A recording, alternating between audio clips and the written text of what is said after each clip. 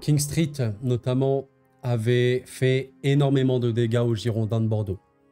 Un homme a décidé de les enterrer définitivement. Mesdames, messieurs, on se retrouve pour une vidéo, qui n'est pas drôle du tout, hein. Une vidéo qui, je pense, sera courte, mais j'ai quelques messages à faire passer. Bordeaux est sur le point de mourir, très factuellement. Et je sais que beaucoup ne se sentent pas forcément touchés vis-à-vis de ça, parce que voilà, on dit souvent que ceux qui nous touchent, c'est ceux qui impactent notre vie directement. Mais là, on prend le cadre du football. Imaginons simplement ce qui arrive à Bordeaux arrive à notre club de cœur. Je pense qu'il n'y a pas pire pour un supporter que de voir son club dans cet état-là. Et oui, monsieur Gérard Lopez, pas que, c'est la suite de beaucoup de choses, mais Lopez a, pour moi, enterré un petit peu les choses, a conduit Bordeaux à cette situation. Le communiqué du club, on va pas le lire en entier, mais concrètement, il y avait quand même des discussions qui avaient repris avec FSG, donc Fenway Sport Group. Mais voilà, ça n'a pas donné suite, et concrètement, ce qu'il faut retenir en tout cas actuellement, en conséquence, les Girondins de Bordeaux acceptent la sanction de rétrogradation administrative au sein du championnat de National 1 pour la saison 2024-2025. Bon, Bordeaux évoluera en National et on ne sait pas quel est l'avenir de Bordeaux, mais la liquidation judiciaire n'est pas loin. Alors c'est quand même dingue de se dire qu'on parle de Bordeaux, on en reparlera dans cette vidéo, mais voilà, c'est une vidéo que je pense sera courte. Bon, vous voyez la durée, peut-être qu'elle sera longue, mais je vais essayer de faire assez court pour synthétiser. Je ne suis pas là pour parler de pourquoi, du comment et tout, parce que déjà de 1, je n'ai pas la connaissance nécessaire.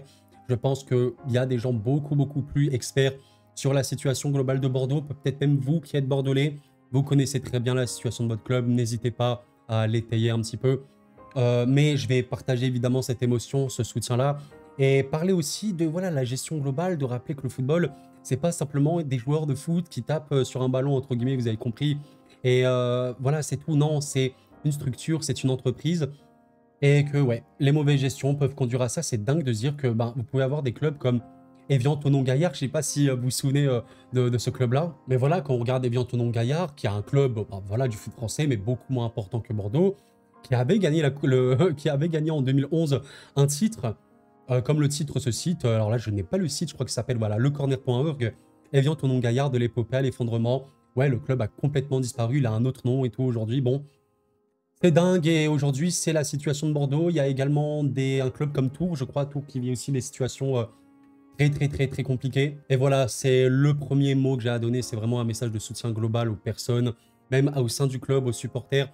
En fait, à toutes les personnes qui aiment Bordeaux, qui aiment même Tours, je sais pas, les clubs en général qui vivent des situations comme ça et qui veulent sincèrement le bien du club, qui, voilà, ne cherchent même pas, je sais pas, être le meilleur club du monde, mais simplement être content, être fier de son club. Voilà. Il y a des gens au-dessus de nous qui gèrent tout ça, des présidents, des propriétaires. Et oui, c'est vrai que quand on cherche souvent à faire que de l'argent, à la fin, les conséquences peuvent être assez compliquées. Donc voilà, vraiment, les formateurs, hein, le groupe jeune hein, du club et tout le monde, hein, toutes les personnes qui aiment ce club, forte pensée, très forte pensée. Alors, toute proportion gardée, hein, au cas où, bien évidemment que ce n'est que du football. Mais quand on dit que du football, pour certains, le foot, c'est peut-être leur vie. Et on n'est pas là pour juger à quel point des choses ou non sont importantes pour des gens. Peut-être que vous qui m'écoutez, Bordeaux, c'est votre vie, c'est votre passion. Peut-être que voilà, vous êtes un peu âgé, même très âgé. Et que c'est ça, votre vie, quoi. Votre vie, c'est les Girondins de Bordeaux. Et dans ce cas-là, c'est pas que du football. Ça, c'est clair et net. Après, voilà, on peut toujours développer la question de, est-ce que le football mérite d'avoir autant de place dans notre vie? C'est un autre sujet, je vais vraiment pas m'étaler là-dessus. Mais je pense que même si c'est qu'une passion, voilà, moi j'aime le football, j'aime mon club. Aujourd'hui, mon club va bien. Si demain il est comme ça, oui, je serais réellement dégoûté. Et limite, j'aurais plus envie de trop suivre le football. C'est une vérité. Voilà, c'est très clair. Je vous remonte quand même des choses par rapport à Bordeaux. Ça, c'est l'équipe qui faisait, l'équipe type, le journal L'équipe, hein, vous connaissez. Il faisait donc l'équipe type des joueurs formés aux Girondins de Bordeaux. Il y a vraiment eu des très grands joueurs. Alors là, je crois que c'est les joueurs, on va dire, de la période moderne. Voilà, il y a des noms qu'on connaît, même dans le championnat de France. Il y a des joueurs qui ont très bien évolué, comme Jules Koundé, qui joue actuellement au Barça, et Aurélien Tchouameni, qui joue également au Real Madrid, sachant que les deux sont un peu titulaires en équipe de France. Donc oui, la formation bordelaise, comme la formation française en général, très grande, très grande. Je vais rappeler certains trucs, peut-être aussi pour les plus jeunes qui me suivent, ou juste les personnes voilà, qui ne connaissent pas trop le foot français, qui ne connaissent pas trop Bordeaux. bah, c'est un club qui a un palmarès hein, en France, attention, on parle quand même des palmarès les mieux garnis du foot français, notamment 6 championnats de France, dont un en 2009. Dingue de dire que tu gagnes en 2009, 15 ans plus tard, ton club est sur le point de disparaître. C'est En vrai, ça fait vraiment, vraiment mal au cœur de réfléchir comme ça, mais c'est une vérité. 4 Coupes de France, bon, des Coupes de la Ligue, il y a quand même une demi-finale en Ligue des Champions en 85. C'est ça, quand on regarde un petit peu le classement des championnats de France remportés. Bah, Bordeaux, on a eu 6, comme le Stade de Reims, donc voilà, c'est parmi les clubs les plus titrés de l'histoire du football français, donc c'est un très grand club, hein, c'est un très très grand club.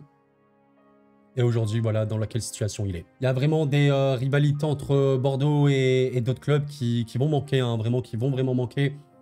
Nantes-Bordeaux, la rivalité, oui, forcément le derby de l'Atlantique, qui est un peu le derby un peu historique de Bordeaux et de Nantes. J'ai envie forcément de parler de ce Girondin de Bordeaux et Olympique de Marseille.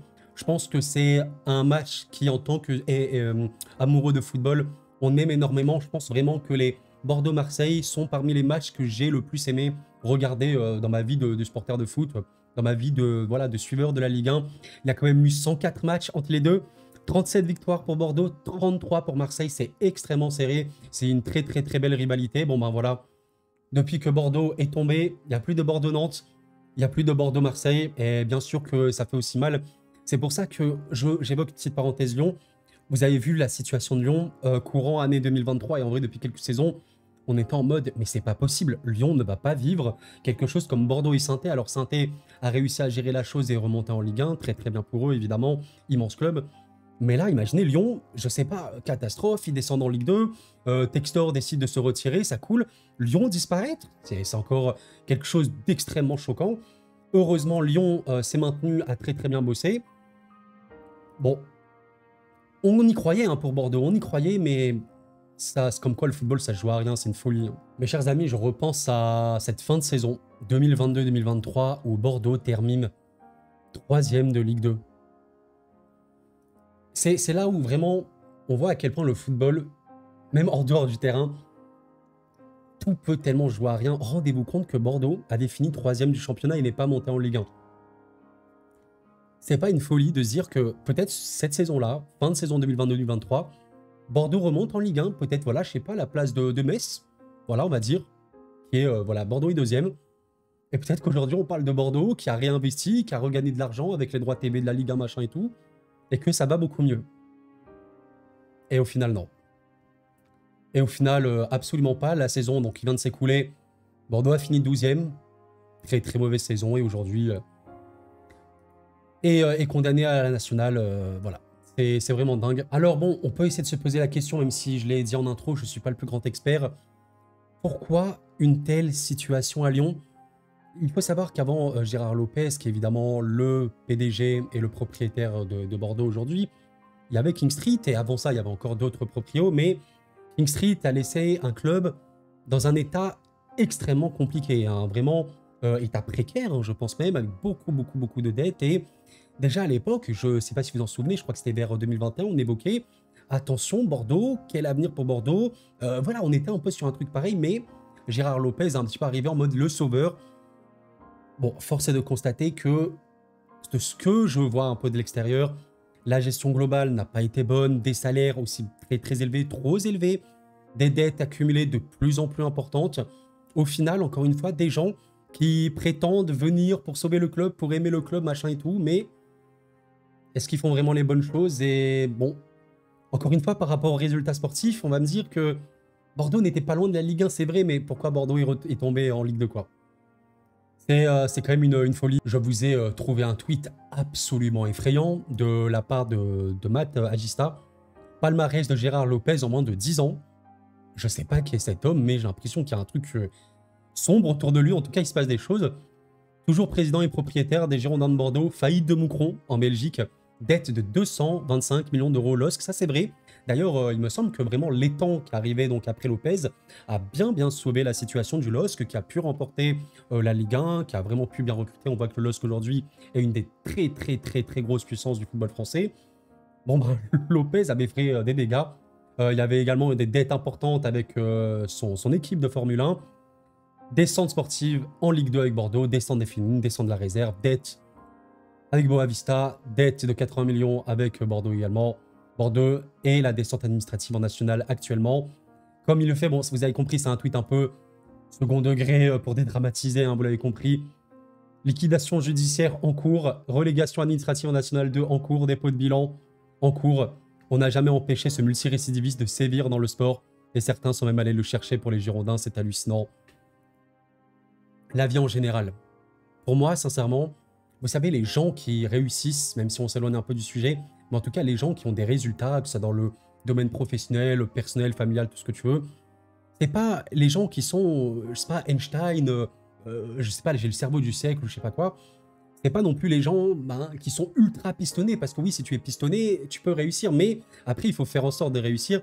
Bon, le piston, quand on peut argumenter, mais voilà, mais pour moi, c'est les gens qui savent le mieux s'organiser, avoir la meilleure gestion. Alors, on peut parler d'intelligence organisationnelle, gestionnelle et tout, et oui, c'est ça en vrai le plus important. Avec peu de moyens, parfois, tu peux faire énormément, et on a vu des clubs avec très peu de moyens, comme le Stade Brestois, qui je pense est un parfait exemple, arriver haut, très haut. Brest est en Ligue des Champions, alors où je m'exprime.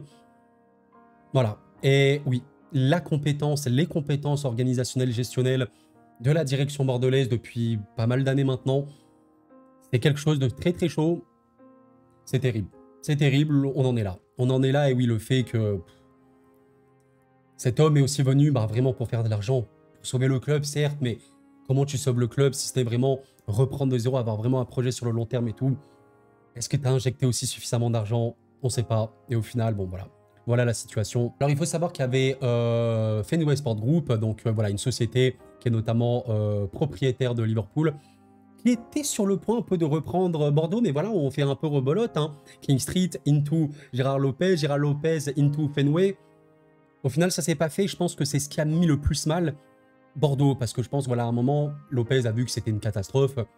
Il s'est dit, bon, allez, vas-y, je lâche le tout, hein, je pars. Et Fenway va reprendre et basta. Moi, je pars de tout ça. Mais il n'a pas réussi. Et c'est honteux. J'espère qu'il ressent quand même de la honte. Même si, voilà, je sais pas trop comment je citerai cette vidéo. Peut-être que je citerai un truc en mode Gérard Lopez a enterré Bordeaux, un truc comme ça. Oui, je vais pas dire qu'il est le seul responsable. C'est une succession de choses. Mais oui, le responsable définitif et dernier, c'est bien lui. Et je pense qu'il aurait pu reprendre. Encore une fois, je sais pas tous les éléments du dossier qui font que, mais voilà aujourd'hui la vérité des Girondins de Bordeaux. Alors j'ai dit précédemment que le LOSC avait remporté le championnat après Lopez, mais c'est possible qu'ils l'ont gagné avec Gérard Lopez, c'est vraiment un miracle, j'ai envie de vous dire. Je viens de voir cette une de l'équipe, waouh, qui est forte, hein, vraiment qui est forte. On sait que l'équipe souvent faire de très belles unes. Bordeaux, c'était autre chose, je trouve, voilà, très sobre. On sait que le style sobre, simpliste et tout, ça marche beaucoup. Très sobre, très clean, très beau. C'était autre chose avec notamment Wiltord, Gourcuff, il y a eu des talents. Gérès, Zinedine Zidane. Ouais, c'est franchement, bon, pour ceux qui me découvrent sur cette chaîne, ils savent forcément pas, mais je suis vraiment très transparent dans ma vidéo et je suis réceptif à tout ça. J'ai des émotions vis-à-vis des choses autour du foot et même bien au-delà du football. Et oui, je suis touché sincèrement parce que j'aime le foot, quoi. J'aime le football.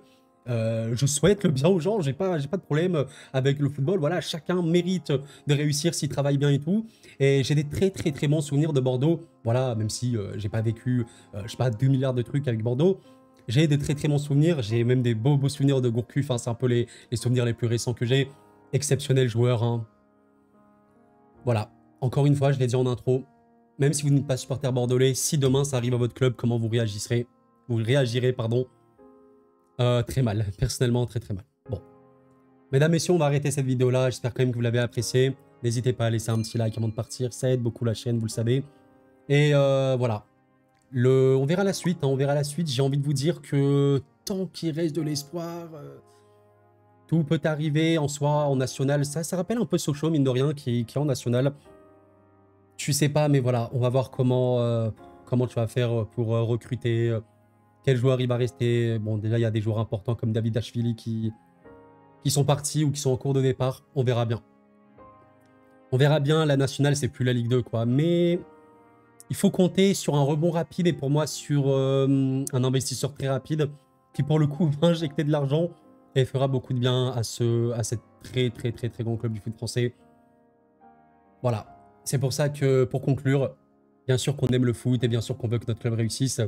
Mais c'est pour ça que parfois je me dis, il faut vraiment prendre du recul sur les choses parce qu'en vérité, on met un peu notre état d'humeur et même notre vie, parfois, dans les mains de personnes qui sont des humains et qui parfois ne contrôlent rien, qui essaient de contrôler mais qui ne contrôlent rien. Évidemment, dans la vie, on ne peut pas tout contrôler. Il y a des choses qu'on peut, d'autres qu'on peut vraiment pas. Et voilà, aujourd'hui, la situation est dramatique. Pensez énorme, encore une fois, à toutes les personnes qui aiment le club, les supporters, évidemment, avant tout, aux personnes au sein du club, les employés, les salariés, tout ce que tu veux. Là, l'équipe réserve, forcément, tout le monde. Nous suivrons l'évolution de près. Et voilà. D'ici là, portez-vous bien, les amis, c'était Koro. Prenez soin de vous. Et quand même, la paix sur vous.